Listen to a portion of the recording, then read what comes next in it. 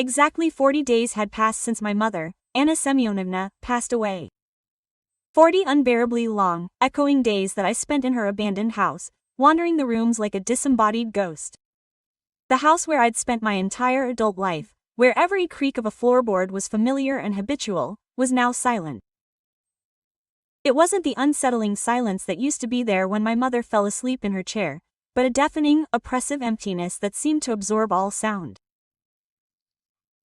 Only the old pendulum clock, a gift from my grandfather, continued to stubbornly and dispassionately tick away the time, as if oblivious to the fact that the main life within these walls had been cut short forever. I awoke that morning to a gray, joyless light filtering through the worn tulle. Outside, the sky was crying. A light autumn rain drizzled incessantly, and the whole world seemed faded and sad. Out of habit, I went to the kitchen to make coffee. My hand instinctively reached for a second cup, my mother's favorite, with a delicate pattern of cornflowers, but I stopped myself in time. Now I was alone here. Taking a sip of the bitter drink, I walked through the house, touching things that still held the warmth of her hands. There was her favorite shawl, carelessly left on the back of a chair. I picked it up and buried my face in the soft, prickly wool, deeply inhaling the subtle scent of lavender and something elusively familiar, my mother's. On the dresser, in an old frame, stood a photograph of her taken last summer. Mom was sitting on our creaky porch, bathed in the sun, smiling so genuinely that it seemed she was about to laugh right out of the picture. Her eyes, a little tired, but so clear, shone with kindness. "Well, Mommy. Now I'm all alone," I whispered, and a hot tear rolled down my cheek, falling on the glass. "I've lived here for the last 3 years without leaving. I moved out of my tiny rented apartment in the city as soon as I realized that my mother needed constant care. She was getting weaker every day, and I simply didn't have the right to leave her. Those years were difficult, full of worries and sleepless nights, but at the same time they were the brightest, because we were together. We drank tea in the evenings, watched old films, remembered our father. My older sister, Larissa, only came a couple of times during all this time, always rushing around citing urgent matters in the capital. Her calls were rare and short. She would ask dryly, in a business-like manner, "So, how are you there? Is everything all right?" And without waiting for a detailed answer, she would immediately change the subject to her endless successes at work, her new car, her trips abroad. I wasn't offended. I'd long since gotten used to it. We were always like we were from different planets. I'm a homebody, quiet, as my mother used to say, not of this world. And Larissa is assertive, loud, ambitious, always knowing what she wants from life and how to achieve it. That day, having decided to somehow distract myself, I began to tidy up my mother's papers. I sat on the floor by the old bookcase and began to sort through yellowed letters, postcards, some newspaper clippings. Each piece of paper was a small fragment of the past. Suddenly the silence was broken by a sharp, demanding knock on the door. Not a bell, but an insistent, imperious knock. I shuddered in surprise. I wasn't expecting anyone. The neighbor, Aunt Valia, always came in without knocking. Simply I shouted from the doorway, "Vera, are you home?" I slowly rose from the floor, wiping my tears with the sleeve of my old sweater, and walked to the door, feeling an inexplicable sense of unease. Larissa stood there. In an elegant cashmere coat, expensive boots, with perfect hair and bright makeup, she looked here, against the peeling paint of our porch, like a guest from another glossy world. Next to her, on the rain-wet ground, stood a huge, fashionable suitcase on wheels. Quote, "Hello, little sister," she said in a tone that didn't suggest a warm embrace. I didn't expect it, but I decided to get back to my roots. It's time for warm ones. Enough wandering around the capitals. Without waiting for an invitation, she decisively stepped inside, dousing me with a wave of expensive perfume, and looked around the hallway with such a critical, appraising gaze, as if she had come to accept a real estate property. I froze in the doorway, speechless, feeling an unpleasant, icy chill run down my spine. Her arrival boded ill. I knew that immediately. Larissa walked into the main room, which we always called the living room, and dropped her large bag with a light thud onto the old sofa, upholstered in a faded tapestry. The sofa creaked pitifully under its weight. She gracefully removed her thin leather gloves and, like an inspector, ran her finger along the carved surface of the antique sideboard. Looking at the traces of dust remaining on her fingers, she grimaced in disgust. Quote, "Yes, Vera, you've certainly let everything slide here," she said. Without even looking at me, her voice was even and cold, like the autumn rain outside. Quote, "Never mind, I'll quickly get the house in order. I'll just throw out all this junk and do a proper, modern renovation." The word, "rullet," cut painfully to my heart, as if she'd slashed a knife through something. It wasn't rullet, it was our memory. This sideboard had been bought by my grandmother with her first paycheck, and the dining table standing in the middle of the room had been crafted by my father. I remembered how it smelled of wood shavings and varnish when it was brand new. I silently closed the front door, cutting myself off from the outside world, and walked closer to my sister, feeling small and insecure next to her metropolitan gloss. Quote, "Larissa, hello. I really didn't expect to see you. Are you coming for good?" Quote. I asked, trying my best to keep my voice from shaking, but it still sounded treacherously quiet and plaintive. She finally deigned to turn to me.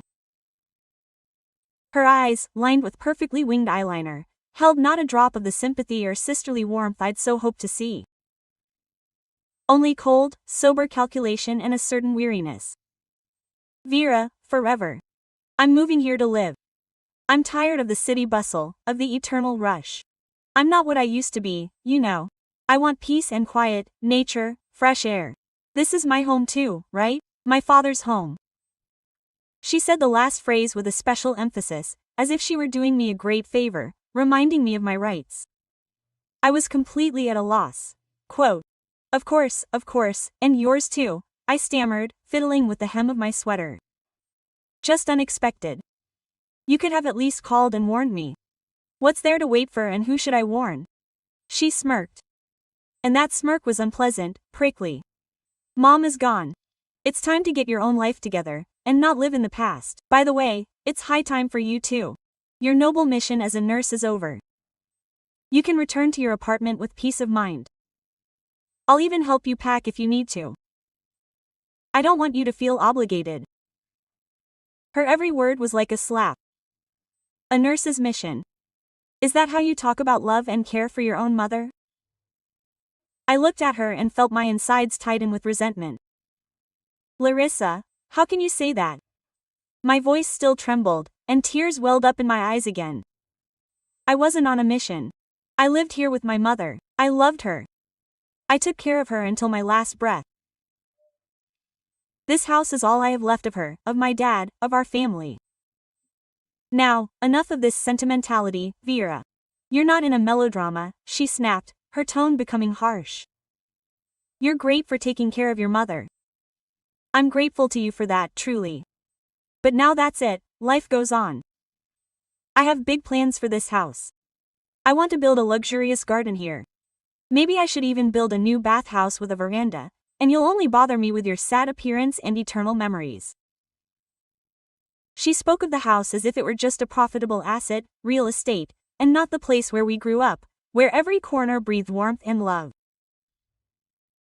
I looked at her beautiful, but alien face and realized with horror that I didn't recognize my sister.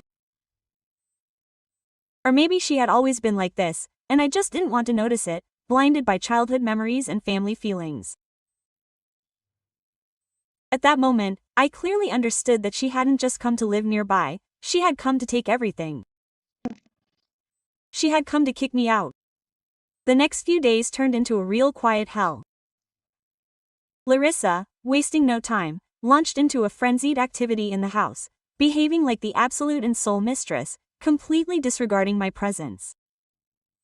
She moved furniture with a loud scraping sound, creating a new and alien order. Larissa irritably pushed the armchair where my mother loved to nap in the evenings under a warm blanket to the darkest corner, declaring that this wreck spoiled the whole interior. She mercilessly threw out things that she considered old or unfashionable, without asking my opinion. Thus, an old clay vase that my mother and I had once glued together after I accidentally broke it ended up in a large trash bag. The tablecloth my mother embroidered also went there, with a small, almost unnoticeable stain from spilled tea. I tried to save it. Quote, "Larissa, don't. This is my mother's work, I began, but she interrupted me without turning around. Vera, stop clinging to this junk. You need to know how to get rid of the old so that the new can come into your life. It's basic psychology. I felt my world, so fragile and defenseless after my mother's departure, crumbling completely, brick by brick. I wandered the house like a silent shadow, afraid to touch anything for fear of triggering another wave of her criticism and devaluation. We barely spoke, eating at the same table in oppressive silence. Larissa was constantly on the phone with her Moscow friends, loudly and cheerfully discussing plans for renovating the family home. The conflict reached its peak on the third day of her stay. I was sitting in the kitchen, drinking cold tea, looking out the window at the bleak landscape, when Larissa entered. She was full of business-like energy, a notepad and pen in her hands. She sat down across from me, pushing a bowl of pretzels off the table. So, I've been putting together an estimate, she began without preamble, in a business-like tone. The renovations would certainly cost a pretty penny. The windows need replacing, the floors need replacing, the plumbing needs replacing. But those are my concerns. Your task is to move out by the end of the week. On Monday, I already want to call a team to start tearing down the old partitions. I choked on my tea. The words stuck in my throat. By the end of the week. Larissa, this is impossible. It's already Thursday. I have nowhere to go so quickly. My apartment in the city has been rented by other people for a long time. There's a family with a child there. I need to give them at least a month's notice to find new housing. I don't have that kind of money right now. She looked at me coldly, without a hint of sympathy. Those are your problems, Vera. You should have been more farsighted. You're a grown-up girl. You've had 3 whole years, while you were sitting here by your mother's skirt, to think about your future. I'm giving you a strict deadline until Sunday evening, so that your ghost is gone from here. If you don't leave peacefully, I'll have to take action. What other measures? I whispered, feeling my hands and feet turn to ice. Don't make me find out, she snapped, her voice tinged with steel. By law, we are both equal heirs, but I am not going to divide this house or sell it to give you half. I need it for myself. Maybe someday, in a couple of years, I will pay you some paltry compensation for your share. Maybe. In the meantime, please be kind and vacate the premises. I want to live here alone, in peace and quiet. Quote. She stood up, demonstratively slammed the notebook shut, and without saying another word, turned and left, leaving me alone in the kitchen. I sat motionless, staring into space. Tears streamed down my cheeks and dripped onto the table. I was not simply being kicked out of the house. I was betrayed by the closest and dearest soul, my sister. She was erasing me from her life, devaluing everything I did for our family, for our mother. I felt crushed, humiliated, and absolutely hopeless. In the evening, the house became especially quiet and cold. Larissa, tired from her daytime reforms and long phone conversations, went to bed early in my mother's bedroom, which she had already shamelessly declared her own, even moving the furniture there, which was now left alone in the large. Immersed in the semi-darkness of the living room, outside the window, a fine autumn rain was still falling monotonously. Its drops quietly tapped on the iron cornice, as if counting down the last hours and minutes of my stay here, in my native home. I did not turn on the light. I was afraid that Larissa would hear, leave the room and begin her sermons again. The only source of light was the dim reflection of a distant street lamp falling on the old parquet floor. I went to our large fireplace. It had not been lit for a long time, but it was still the heart of the house. My father, who passed away many years ago, built it with his own hands. It was his pride. I remember how, as a little girl, I sat on the floor and, mesmerized, I watched as his big, strong, and kind hands deftly laid brick after brick. He told me then, the hearth, daughter, is the most important thing in the house. If there is warmth in the hearth, there will be warmth in the family. It is not just a stove, it is the soul of the home.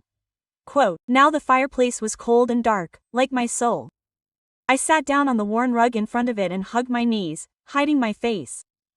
Tears came to my throat again, choking me. What should I do? Where should I go? I felt like a little lost girl, from whom an evil force had taken everything most precious.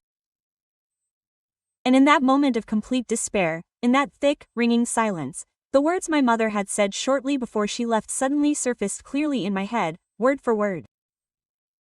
She was already very weak then. Her voice was quiet, like the rustle of dry leaves. I sat by her bed, holding her emaciated, cool hand. She was silent for a long time, and then looked at me with a clear, loving gaze and said, "Vera, my daughter, if things get really hard, when I'm gone, if Larissa hurts you, remember, all our warmth is in the heart of our home." I nodded, thinking she was talking about memories, about spiritual warmth. But she gathered her strength and continued, and her words seemed a little strange to me then, like delirium. "And the heart of our home is in the hearth that your father built with his own hands. He didn't just build the fireplace back then, he left a message there for you, just in case. Just look carefully." I didn't attach any significance to it then, putting it down to illness and medication. A message? What message from a father who has been gone for 10 years? But now, sitting in front of the cold, silent fireplace, these words rang in my head with a new, deafening force. The heart of our home is in the hearth. I raised my head and looked at the dark fireplace opening, its massive brickwork. A tiny, weak, almost insane hope was born within me, like a small candle flame in the wind. What if these weren't just pretty words? What if Mom, knowing Larissa's character, really had left me some sign, some last thread? It was like a fairy tale from a children's book. But in my desperate situation, I was ready to believe in any miracle, even the most improbable. This elusive but persistent hope compelled me to act. It was like a life preserver thrown into the icy waters of my despair. I waited until the clock on the wall struck 2 a.m. A steady, confident croak came from Larissa's room. She was fast asleep, exhausted by the day's efforts to remake the world to suit herself. Trying not to make a sound, tiptoeing across the creaky floorboards, which seemed especially loud that night, I made my way to the kitchen. There, in the drawer of the old desk, there was always a small battery-powered flashlight that we kept in case of a power outage. I picked it up, and its cool metal calmed my trembling hands a little. Returning to the living room, I knelt before the fireplace, feeling the chill emanating from the stone floor. My heart was pounding so loudly and thundering in my chest that I thought its beat echoed throughout the house and was about to wake my sister. I froze for a moment, listening, but only the groaning still came from her room. I turned on the flashlight. A thin, flickering beam of light picked out the old brickwork from the darkness. My father was very proud of this work. He said that he selected each brick with love, so that they fit together like members of one family.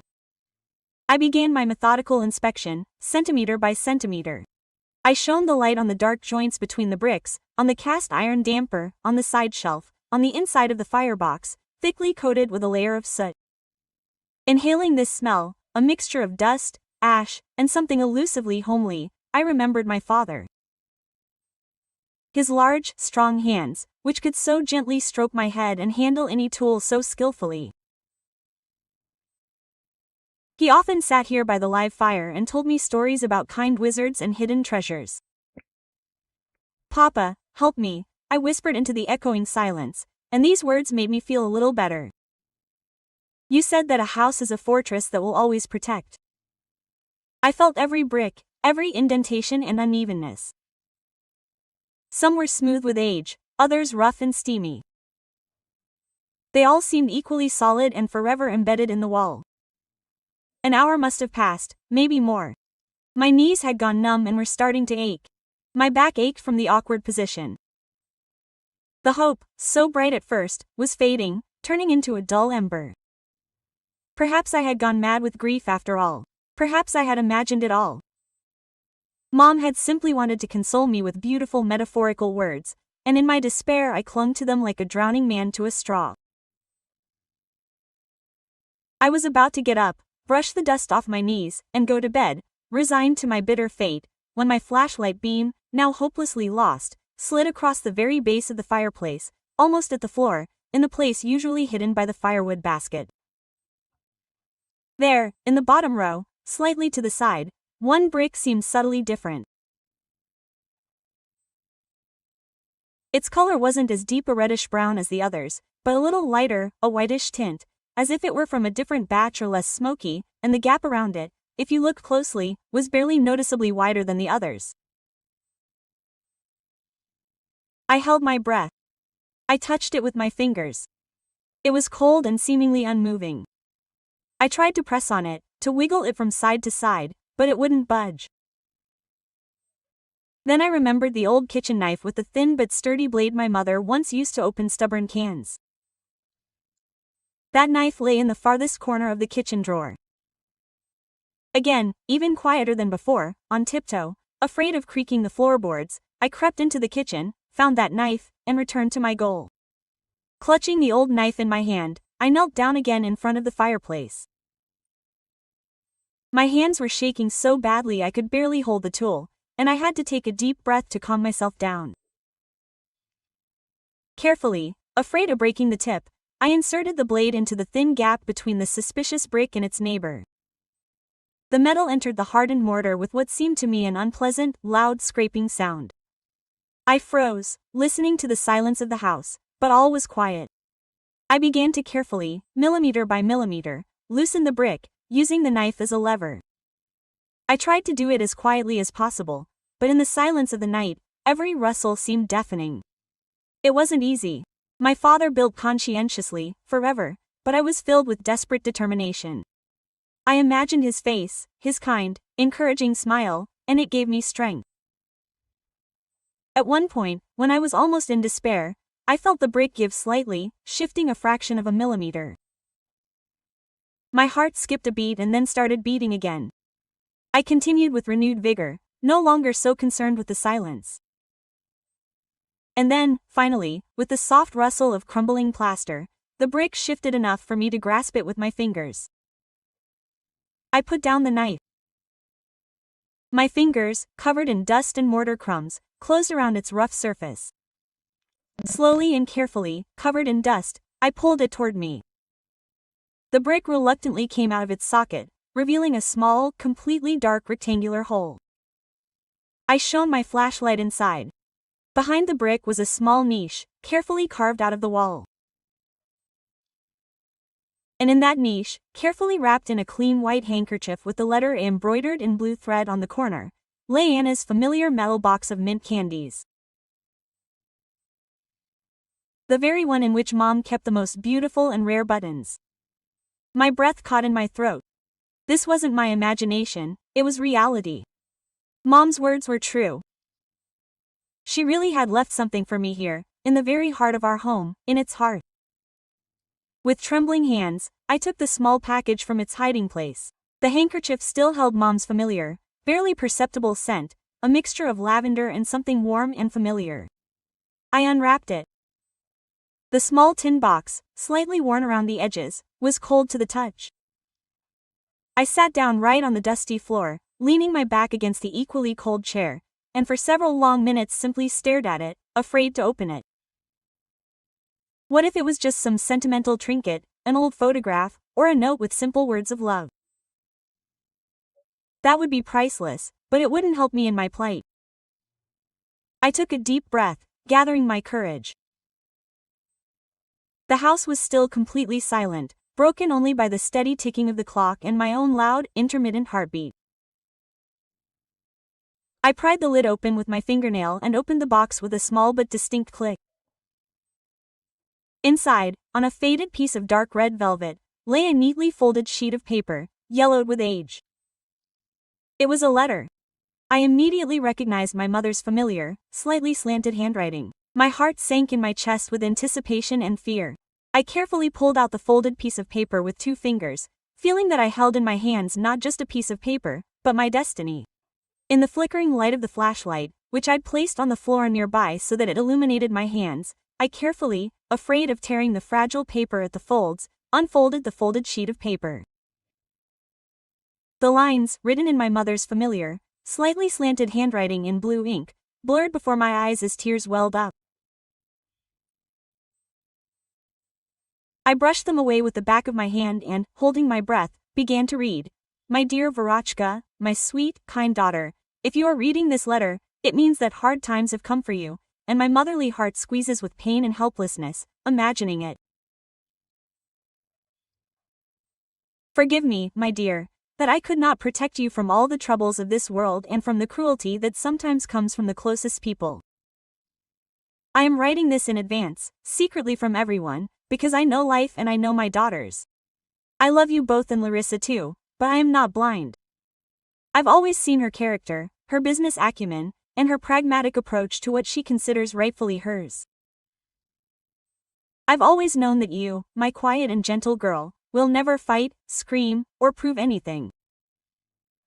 Your heart is too pure and kind for these earthly battles.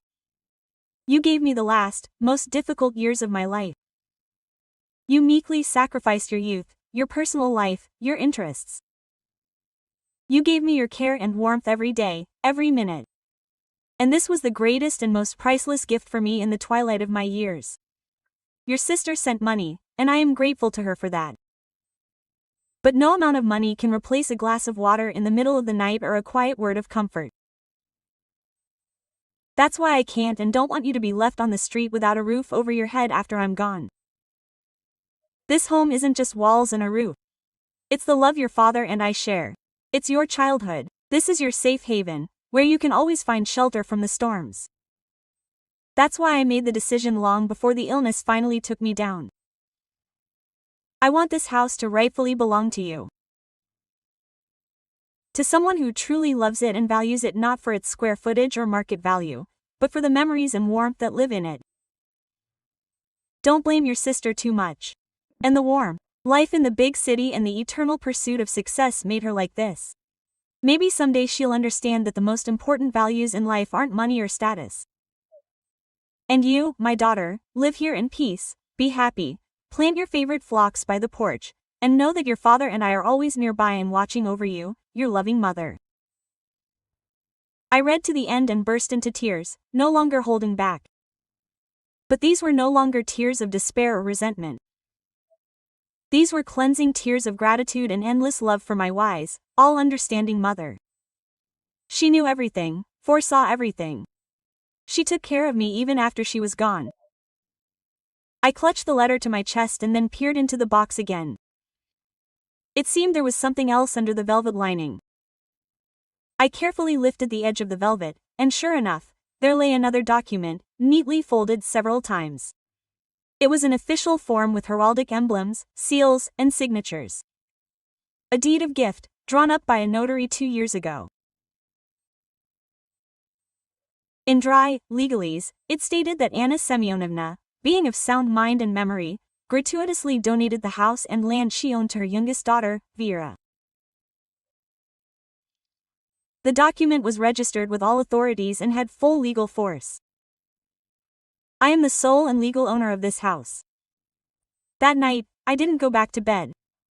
I brewed myself some strong tea, sat in Mom's armchair by the cold fireplace, placing Mom's letter and deed of gift on my lap, and for the first time in many days, I felt not fear and humiliation, but solid ground beneath my feet, peace, and a quiet, confident strength. The morning began just like the previous days. Larissa emerged from the bedroom, cheerful, well-rested, and full of plans. She didn't even say hello. Instead, pouring herself coffee from the expensive pack she brought with her, she got straight to the point. "So, Vera, have you started packing your things?" she asked, without looking at me. Her tone was as peremptory as yesterday.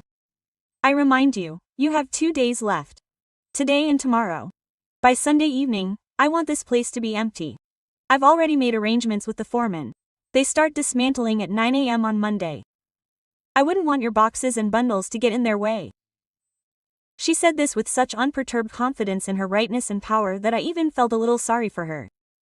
She lived in her own imaginary world, where everything was decided by force, impudence, and money, and didn't see anything around her. I silently got up from the table, where my cup of tea was already standing. I was completely calm. That night, after rereading my mother's letter several times, I found the firmness I so lacked. I went to the chest of drawers, where I had left the tin box overnight, and returned to the kitchen. I didn't say anything, I just went to the table and put the yellowed piece of paper, folded in 4, in front of my sister. Quote. Mom's letter. What kind of sentimental papers are these? Vera, I don't have time for this, Larissa snorted. But out of pure curiosity, she took the sheet anyway. She began to read, and I watched her face intently, without looking away. It was like slow motion. At first, there was disdain on her face, then it turned to bewilderment. When she got to the stern part about Mom knowing her character, her lips pressed tightly into a thin, angry line. And when she finished reading, her face turned very pale. She looked up at me, confused, but still angry. Quote. What does this mean? Some kind of dying fantasies of a sick person, she hissed, but her voice no longer had the former steely confidence. Then I silently took the second main document from the box and placed it on top of the letter. The deed of gift. Larissa grabbed the official form. Her eyes quickly ran over the lines of the legal text. She read it once, then twice, reading every word. She peered at the blue seal, at the notary's signature on the date 2 years ago. Her face turned from pale to sallow gray. The hands holding the paper began to tremble slightly. A dead, ringing silence fell in the kitchen. The only thing you could hear was the insistent and indifferent ticking of the old clock on the wall, just as rhythmically as yesterday and 40 days ago. Larissa slowly, as if in a dream, lowered the document onto the table. Days ago, she looked first at it, then at me, and in her eyes there was a storm of emotions: shock, rage, disbelief, and the clear, bitter realization that she had lost all her self-confidence. All her metropolitan gloss and self-righteousness burst like a soap bubble, leaving behind a void. I looked at her without malice or triumph. In that moment, for the first time in many years, I saw her not as a formidable, all-powerful older sister, but as a deeply unhappy, lonely, confused person who was trying to assert herself in the only way she knew how. I broke the silence first. My voice sounded calm and firm. Quote. You can stay and visit, Larissa, I said quietly. You can stay here as long as you need to get your affairs and thoughts in order. After all, this is your home too. We spent our childhood here. I paused and added, Mom would have very much wanted us to be sisters, not enemies, but sisters. Justice was restored, but not with shouting, scandal, or humiliation, but with quiet dignity. Exactly as my wise mother had bequeathed to me, leaving her last, most important message in the very heart of our home.